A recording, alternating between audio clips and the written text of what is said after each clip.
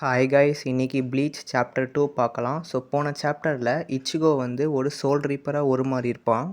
அங்கேருந்து தான் ஸ்டார்ட் ஆகுது.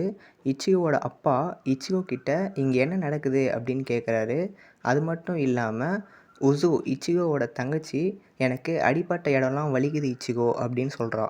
இச்சிகோவோட அப்பா என்ன சொல்கிறாருன்னா, நீ ஒரு சோல் ரீப்பராக உருமாறிட்டவனே எங்களை சேவ் பண்ணிட்டு நினச்சேன் இச்சிகோ அப்படின்னு சொல்கிறாரு.